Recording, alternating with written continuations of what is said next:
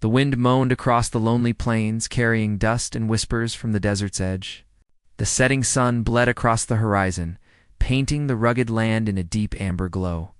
It was the kind of evening when silence felt alive, when every sound seemed to hold a secret. Somewhere between the rustling of dry grass and the creaking of saddle leather, a woman stumbled through the twilight, her cloak torn and her face hidden beneath its shadow. Her breath came heavy, uneven, as though she'd been running for miles. Behind her, faint hoofbeats echoed in the distance, too steady to belong to chance travelers. She paused near a cluster of rocks, listening, fear flickering across her pale eyes. Then she pulled her hood tighter, whispering something under her breath that the wind quickly swallowed. To the world, she was a stranger. To herself, she was something even worse, a memory she could not escape. The desert did not forgive easily, but it offered one thing to the desperate: hiding places. She dropped behind the rocks, pressing her trembling hands against the sand. The air still smelled faintly of smoke, and in that scent she could still feel the fire that had stolen everything from her: her home, her peace, her face. Far to the east, a small fire burned near the edge of a canyon. A lone Apache warrior sat beside it, sharpening a blade with the patience of a man who had seen too much to hurry anymore. His horse stood nearby, its ears twitching with every sound of the night. The warrior's dark eyes lifted toward the stars. The same stars his ancestors had followed across this land long before fences or roads cut through it. He carried silence the way other men carried scars. When he heard movement from the canyon's mouth, he didn't reach for his weapon. He only waited. The soft crunch of sand grew louder until a figure emerged from the shadows, a woman, limping, her cloak heavy with dust. For a moment, she froze when she saw him. The firelight caught the edge of her hood, and beneath it, he glimpsed something hidden. Something that flickered between fear and shame. "I mean no harm," she said, her voice raw, as if she hadn't spoken in days. He studied her without reply. His gaze wasn't cruel, only cautious, the way one might look at a wounded animal. She stepped closer to the fire, then hesitated again. The light exposed half her face, smooth, unbroken. The other half remained in shadow. "May I sit?" she asked quietly. He gave a small nod, and she lowered herself near the fire, stretching her trembling hands toward the warmth. For a long while, neither spoke. The crackle of burning wood filled the silence between them, along with the low hum of night insects. Then she lifted her face, just enough for the light to catch what the hood had hidden. The warrior did not flinch, though many would have. The scars ran deep across her cheek and jaw, pulling at her skin as if time itself had tried to erase her. Her left eye seemed dull, clouded, and her lips carried the trace of what must have once been beauty. She turned away, ashamed. "Everyone calls me a monster," she whispered, her voice trembling. "Even the ones who once swore they loved me." The warrior's expression didn't change. He simply asked, "Why do they call you that?" "Because I survived," she said bitterly. "Because I didn't die when they wanted me to." Her words hung heavy in the desert air. Somewhere in the distance, a coyote cried, and the sound stretched across the canyon like a warning. She told him she had been part of a settler family that built a small cabin near the river bend. The war between the settlers and the tribes had been raging for months, and fear had turned neighbors into enemies. One night, fire had come to her door, no one knew from which side. She had tried to save her family, but only she had crawled out alive, her skin burned and her spirit crushed. Since then, every town she entered had driven her out. They said her face was cursed, that her presence brought misfortune. The warrior listened in silence, his eyes reflecting the fire's orange glow.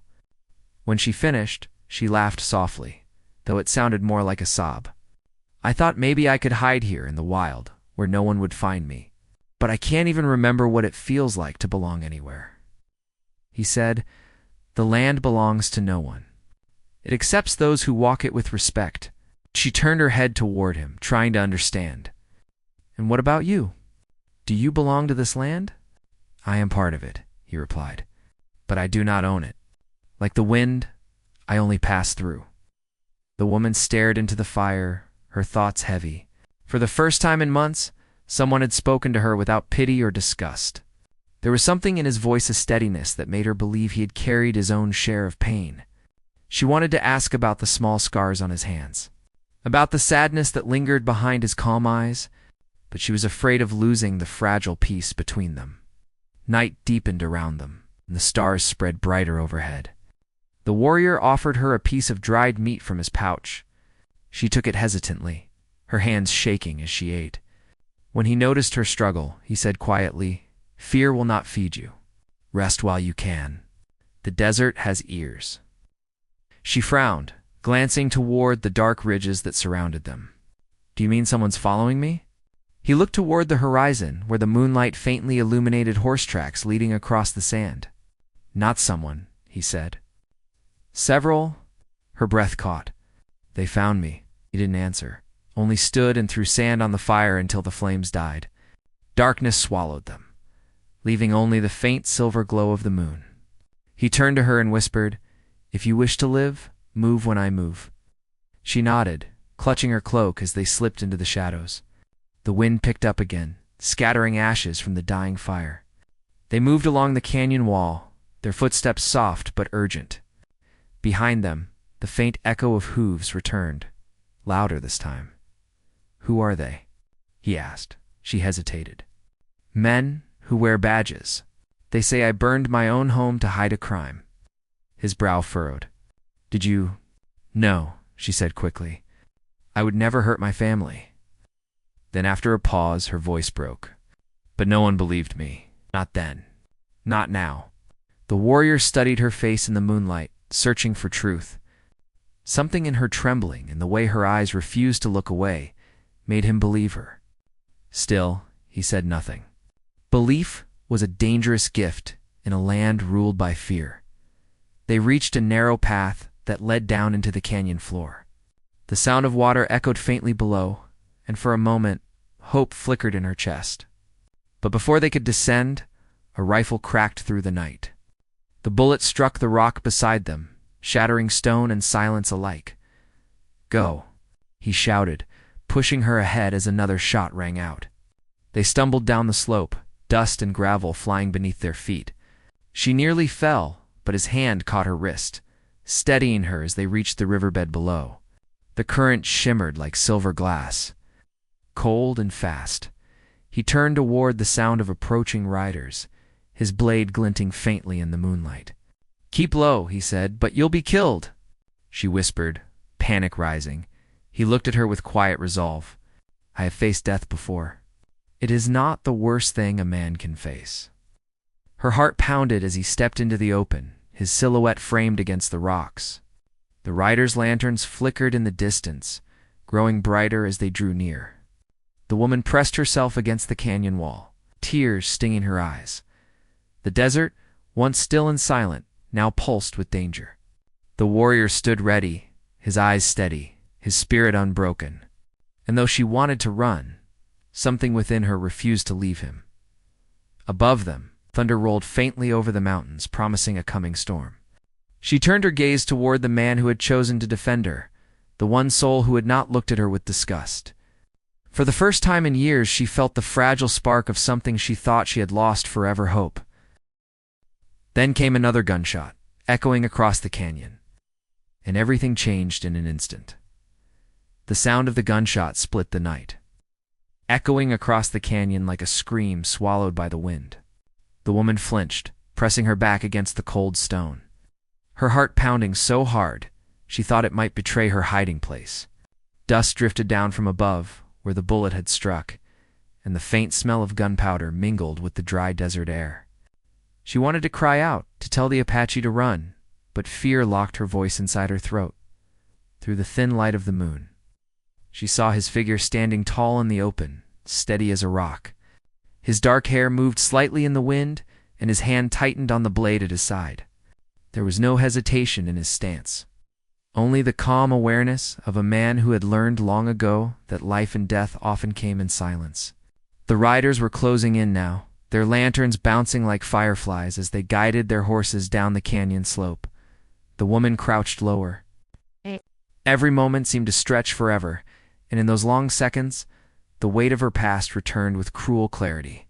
She remembered the first time someone had called her a monster. It had been in the next town over, when she had tried to find work after the fire.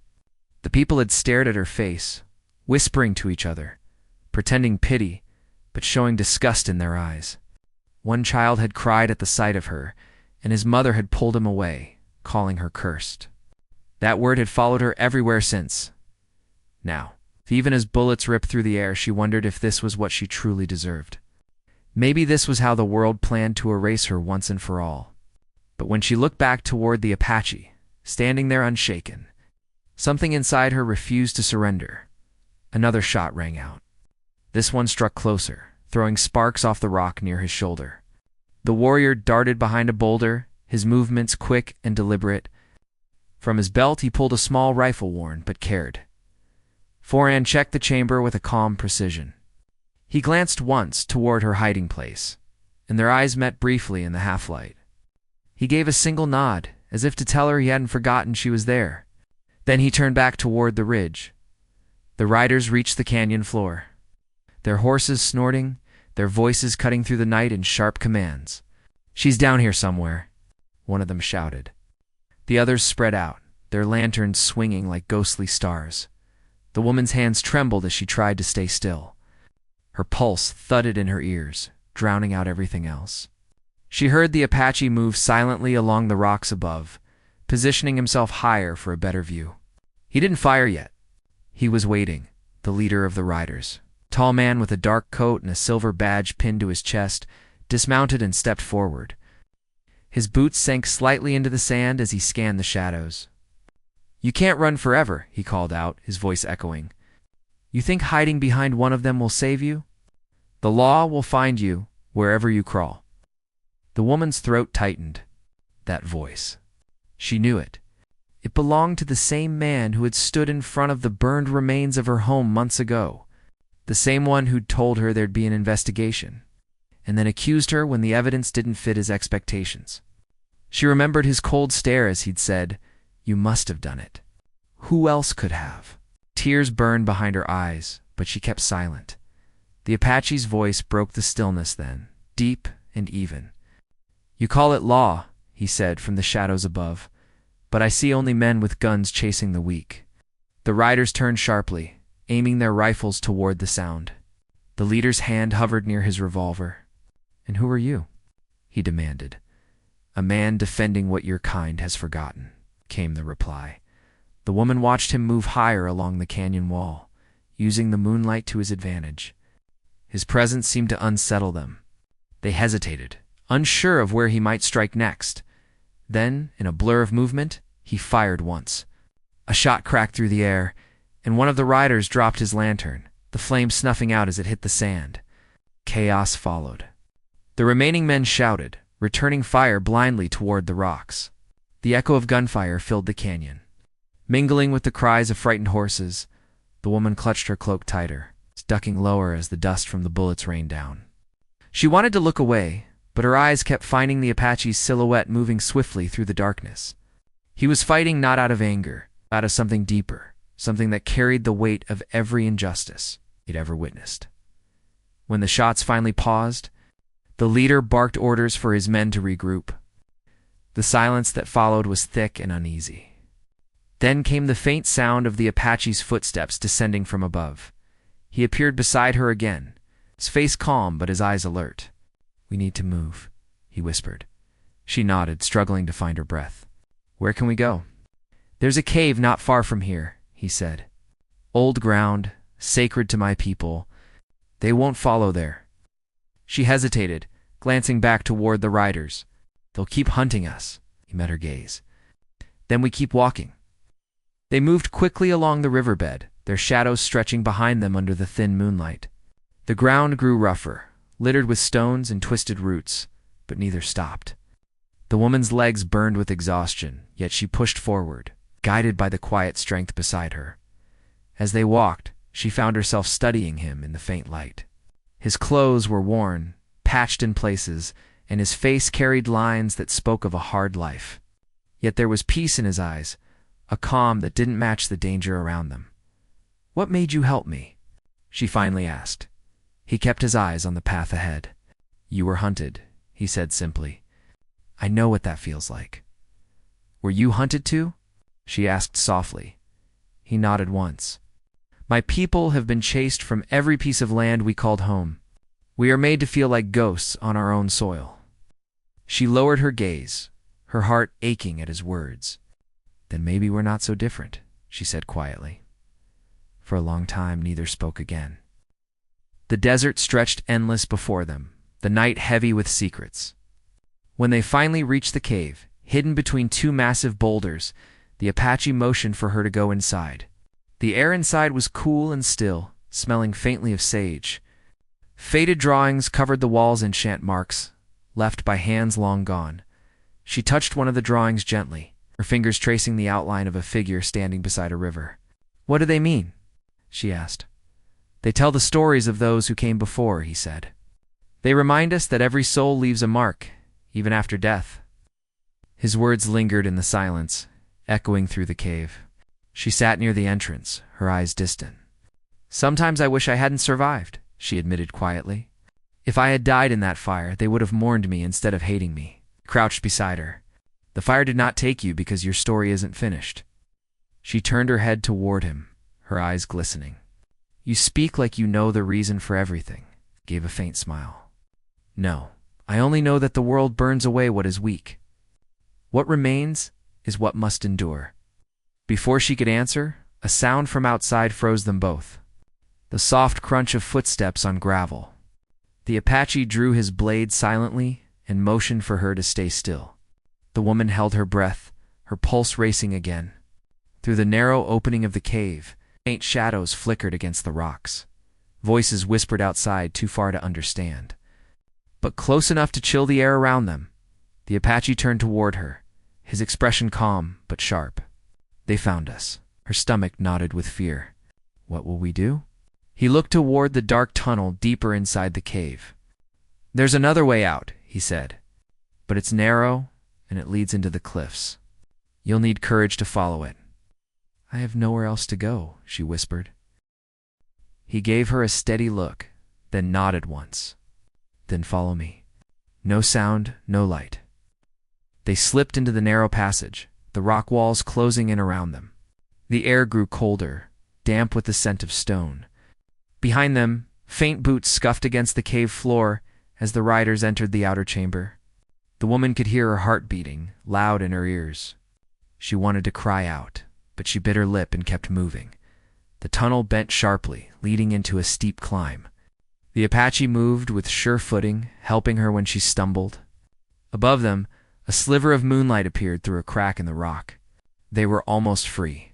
But before they could reach it, a voice echoed from behind closer now, angry. "There's nowhere left to run." The leader shouted, his words bouncing through the cave. The woman froze. But the Apache's hand pressed gently against her shoulder. "Keep going," he whispered. She looked at him, fear in her eyes. "What about you?" "I'll follow," he said quietly.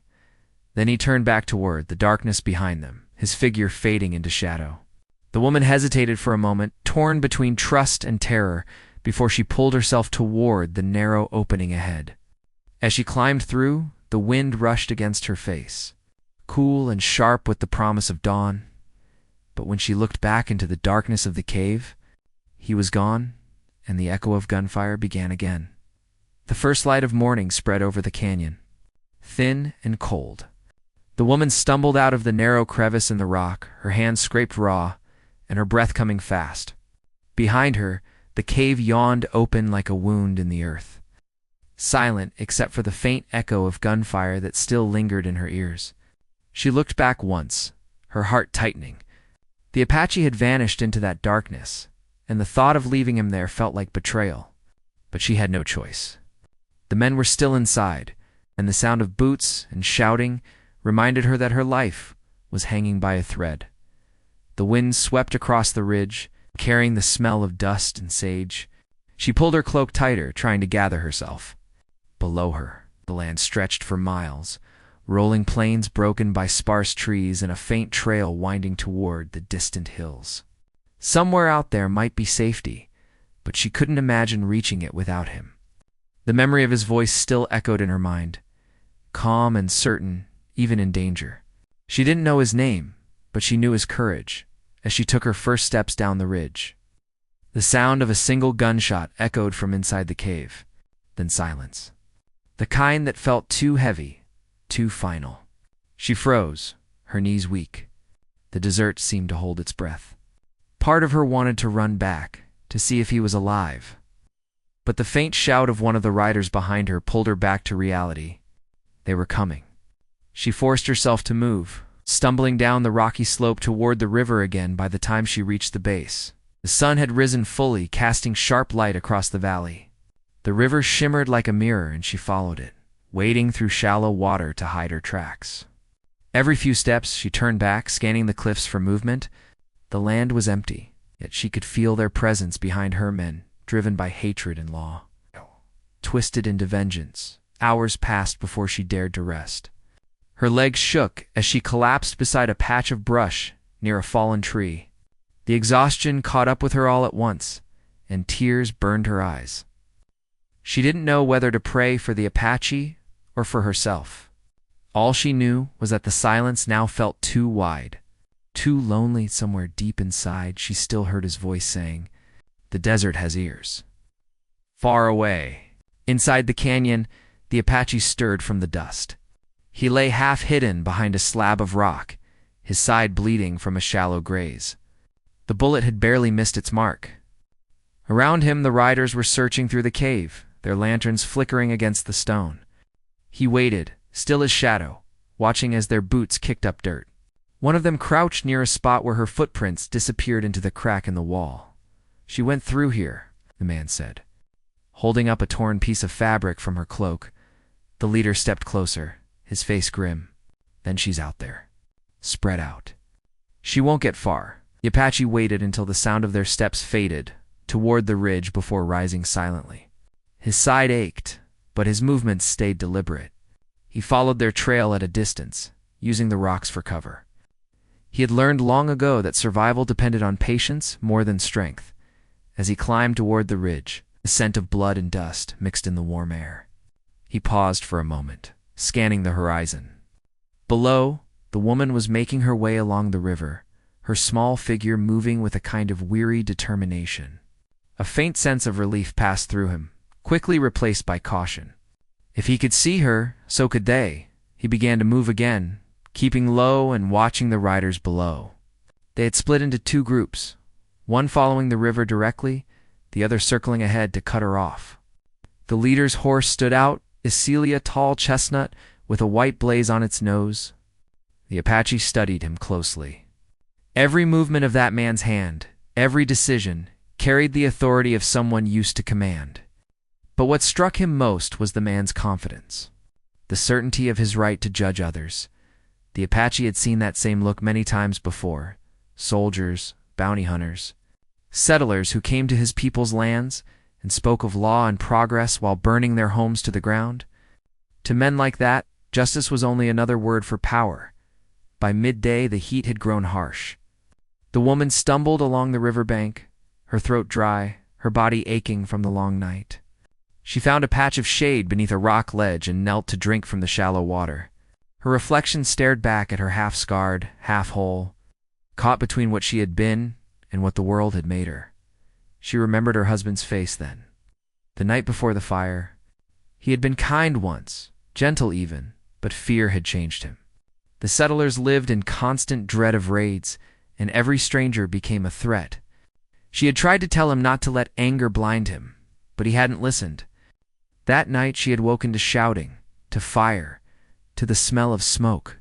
When she crawled out, the world had already decided her fate.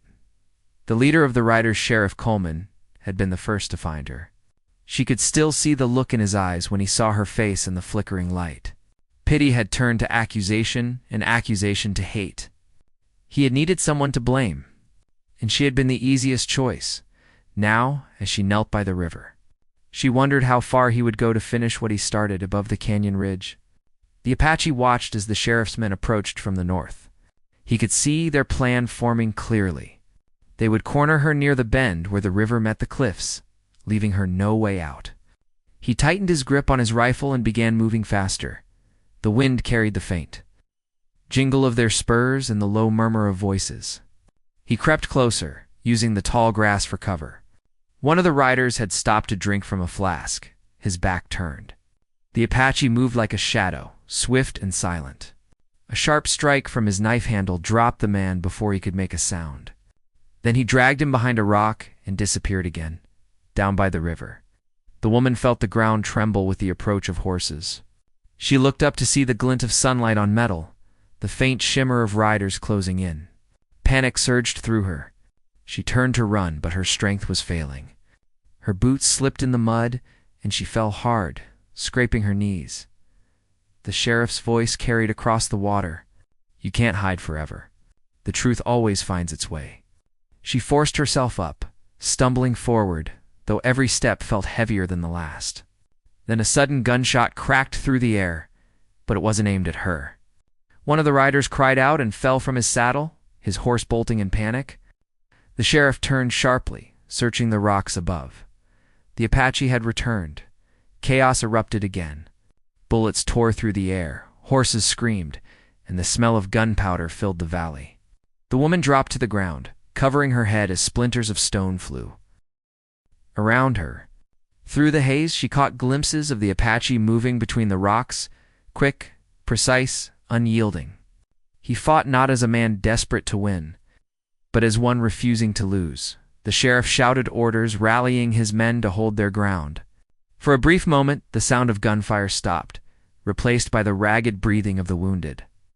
Dust swirled through the sunlight like smoke. The woman crawled toward the reeds at the river's edge, trying to stay low. Her body ached with every movement, but something stronger than fear kept her going. The belief that the Apache was risking his life for more than just her safety. He was fighting against the same cruelty that had marked both their lives. Then she heard a sound behind her, a branch snapping. She turned and saw a young rider, barely more than a boy, standing with his revolver aimed at her. His hands shook, his face pale beneath the brim of his hat. "Don't move," he stammered. The sheriff said, "You're dangerous." She met his eyes, seeing not hatred but uncertainty. "I'm not what he says," she whispered. "I didn't kill anyone." He hesitated, his finger trembling on the trigger. But before he could decide, the Apache appeared behind him, silent as wind. A quick motion, and the boy's gun was knocked aside. The Apache pressed him against the ground, eyes cold. "He's only a child," she pleaded softly. The warrior's gaze flicked to her, then back to the boy. Slowly he released him, tossing the gun aside. The boy scrambled away, running toward the others. The woman's voice broke. "You could have killed him." He looked at her, his expression unreadable. "Killing is easy," he said quietly. "Mercy is harder." Before she could reply, a shout rang out from the ridge. The sheriff had spotted them. A fresh volley of gunfire erupted, forcing them to retreat back into the reeds. Bullets ripped through the grass, water splashing around them. The Apache turned to her. "We can't stay here. There's an old mining road beyond the hills. If we reach it, we can lose them." She nodded, her chest tight. Together they ran, ducking low, weaving through the brush as the desert stretched endlessly before them. Behind them, the sheriff's men mounted again, their voices growing fainter but no less fierce. The sun climbed higher, burning against their backs. The woman's lungs burned, but she didn't stop.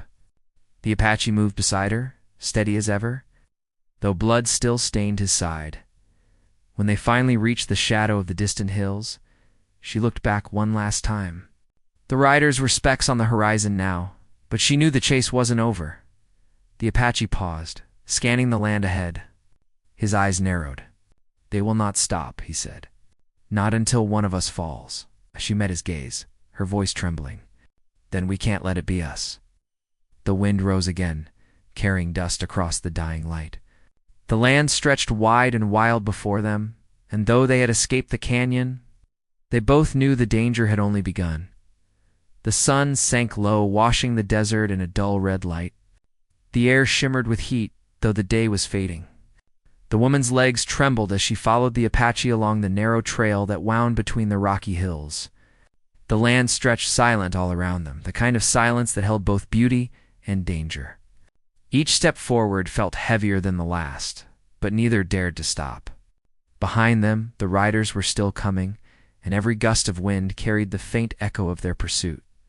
The Apache led with steady purpose, though his wound had darkened his side. He showed no sign of weakness, only the quiet determination of someone used to pain.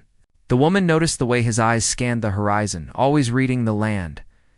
He seemed to know what every sound meant: the rustle of brush, the call of a hawk, the shift of stones underfoot. She followed close, trusting him more than she trusted herself. When the trail opened into a flat stretch of land, she caught sight of something strange in the distance, a cluster of old, leaning wooden posts and the faint outline of what looked like a cabin. "What is that?" she asked, her voice rough from dust and thirst. "An old mining camp," he said. "Abandoned years ago. We can rest there for a short while, but not long." They reached the camp as twilight crept across the desert. The buildings were little more than shell's walls, half collapsed, roofs caved in, and doors hanging loose on rusted hinges.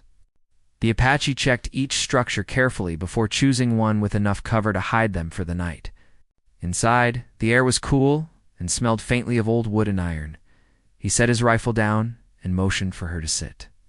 "You should drink," he said, handing her his water pouch. She took it with shaking hands, her fingers brushing against his for a moment. "What about you?" "I'll find more later." She hesitated, then nodded and drank. The water was warm but tasted like life itself. Afterward, she leaned against the wall, her eyes heavy but her thoughts restless. "Do you think they'll find us again?" He sat across from her, cleaning his blade in silence before answering. "They will try. But the land is wide. If we keep moving west, we may find safety." "Where?" she asked softly. "Is there any place left that's safe?" He looked at her for a long moment. "There are places the white man fears to go. Deep canyons. Sacred ground. They won't follow us there." Her gaze dropped to the floorboards. "And when this is over, what then?" The question hung between them, too heavy to answer. Outside, the wind began to rise, whistling through the cracks in the boards. The night settled over the desert like a dark blanket, thick and watchful. Somewhere in the distance, a coyote howled, a lonely sound that sent a chill through her chest. The Apache moved to the doorway, scanning the shadows beyond the hills. She watched him.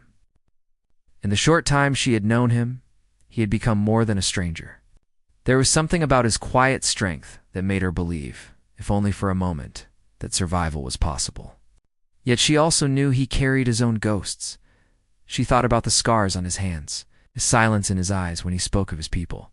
He carried pain the way she carried hers, deep, invisible, but always there. When he returned to the fire they had built from broken wood, his expression was grave. "They're closer than I thought," he said. "I saw their campfires along the ridge." Her heart clenched. "How many?" "4, maybe 5, he said. "The sheriff is with them." She closed her eyes, her pulse racing. "He won't stop," she whispered. "Not until I'm dead." He crouched beside the fire, feeding it just enough to keep it alive. "Then he'll have to come through me first." She looked at him, her voice barely a whisper. "Why are you doing this?" "You don't even know me." He met her gaze. "I know what it means to be hunted." The words sank deep into her chest. For a long time, they sat without speaking, the firelight flickering across the walls like restless ghosts. Near midnight, the sound of distant horses broke the quiet. The woman's breath caught, and she looked toward the door. The Apache rose slowly, listening. The sound was faint, but growing clearer, a steady rhythm of hooves against stone. "They've found us," he said quietly. He put out the fire with a sweep of his hand and motioned for her to follow. They slipped out the back of the cabin, moving swiftly into the darkness. The moon was rising, pale and cold, casting long shadows across the desert floor. The Apache led her toward a line of low ridges beyond the camp. Behind them, the riders reached the old buildings. The sheriff's voice carried through the air. "Search every cabin. She's here somewhere." The woman stumbled on a loose stone, catching herself before falling. The Apache turned and steadied her, his hand firm on her arm. "Stay quiet," he whispered. They climbed the ridge, the stones shifting underfoot. The wind grew stronger, whipping her cloak around her legs. When they reached the top, the view stretched wide before them, the valley glowing faintly in the moonlight. The riders below moving like shadows. "We can't keep running," she said, gasping for breath. "They'll chase us until we collapse." He looked toward the horizon where a jagged line of cliffs rose in the distance. "There's a place up ahead," he said. "A ravine my people once used when they were hunted. It's hidden, and there's only one way in. We can make our stand there if we must." His tone carried no fear, only calm resolve. They descended the other side of the ridge, following a dry riverbed that wound between tall rocks. The night grew colder, the stars sharp and bright above them. Every sound felt louder than it should, the crunch of their boots, faint rattle of gravel. By dawn they reached the edge of the ravine. It was narrow, nearly invisible, unless you knew where to look, and its entrance was shielded by thick brush and fallen branches. Inside, the air felt cooler, the sound of the wind fading to a low whisper. The woman sank to her knees, exhausted. "We can't keep this up," she said weakly.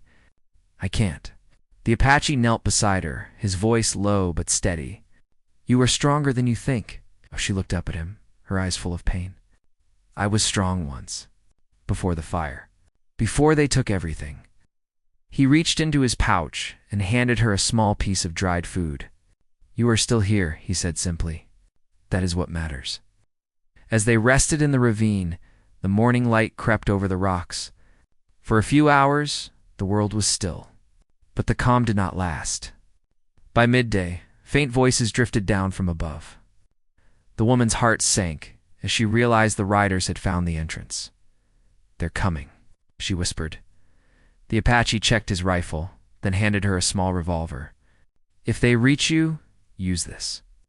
She shook her head. "I don't want to kill anyone. Then aim to survive," he said. The echo of horses grew louder. Dust rose above the ridge as the sheriff's men dismounted and began to move toward the ravine. The sheriff's voice rang out, sharp and commanding. "You can't hide in there forever. There's no way out." The Apache took position behind a rock, eyes scanning every movement above. His breathing slowed, his focus narrowing to the sound of approaching footsteps. The woman crouched lower, her hands shaking as she clutched the revolver. She could hear them getting closer, crunch of boots, metallic clink of rifles being loaded. "Come out and I'll make it quick," the sheriff shouted. "Keep hiding and I'll burn this whole canyon if I have to." The Apache's eyes hardened. He remembered the flames his people had fled from, the same kind of threat dressed in the name of justice. He whispered under his breath, something in his own tongue, then raised his rifle. The first shot shattered the silence. A rider cried out and fell. Chaos followed. Bullets tore through the air, striking the rocks around them. The woman ducked low, covering her head as shards of stone flew past. The Apache moved with precision, using the terrain to his advantage. Firing only when he had a clear shot, the sheriff's men scrambled for cover, shouting orders. "Surround them. Don't let them escape." The sound of gunfire echoed through the canyon, each shot bouncing off the stone walls. The woman pressed herself against the ground, fear choking her. She wanted to run, but there was nowhere to go. In the thick of the fight, the Apache's rifle jammed. He ducked behind a boulder, pulling at the lever, but the mechanism was stuck. The woman saw him struggling, and her heart froze. Without thinking, she crawled toward him, grabbing a loose rock and hurling it at a rider who had begun to aim down at them from above. The man flinched, his shot going wide. "Stay down," the Apache ordered, but she refused. "You can't fight them all alone," she cried. He looked at her, eyes burning with resolve. "Then we fight together." The gunfire roared again. Smoke and dust filled the air. The sheriff himself advanced through the chaos, revolver drawn, its expression twisted with rage. "You should have stayed dead." He shouted toward the woman. "The world would have been better for it." His words cut deep, but she stood tall now, her voice steady despite the fear. "You're wrong," she said. "The world just needs to stop listening to men like you." The Apache rose beside her, readying his blade as the sheriff's men regrouped for one final charge. The air trembled with tension, the fight reaching its breaking point. Above them, thunder rolled faintly across the horizon, dark clouds gathering in the distance. The storm was coming, and with it, the truth neither of them could escape. The sky cracked open with thunder as the first drops of rain began to fall over the canyon. The air, once dry and sharp, filled with the heavy scent of dust and storm. Lightning flashed across the horizon, turning the cliffs into ghostly shapes. The sheriff's men hesitated at the sound, their rifles raised, but their confidence fading. The Apache stood tall, his chest rising with each steady breath. He could feel the weight of the moment pressing on his shoulders, the air alive with both danger and change. The sheriff aimed his revolver through the haze, eyes locked on the woman. His hat was gone, his hair soaked by the sudden rain, but the fire of hatred in his eyes had not dimmed. "You think that man can save you?" he shouted, voice echoing through the canyon. "He's just another savage. You're nothing but a curse he's chosen to die for." The woman stood silent for a moment, her trembling hands slowly steadying. The fear that had once controlled her began to fade, replaced by something stronger. Her face, though scarred and pale, carried a look of quiet defiance. "He's not dying for me," she said. "He's fighting for what's right.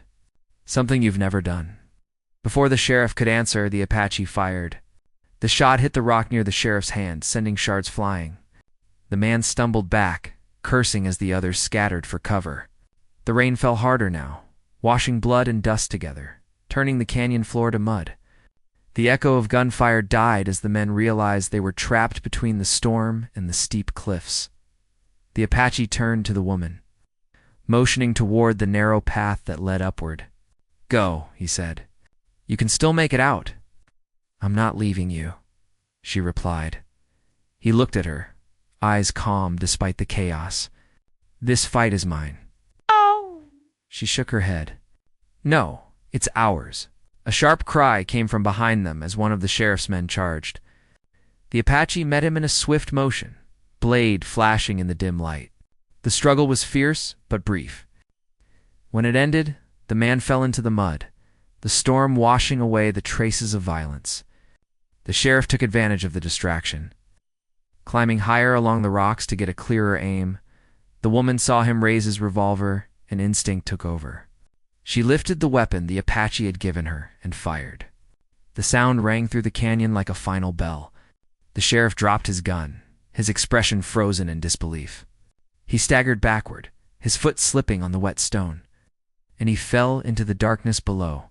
The rain poured harder, covering the sound of his fall.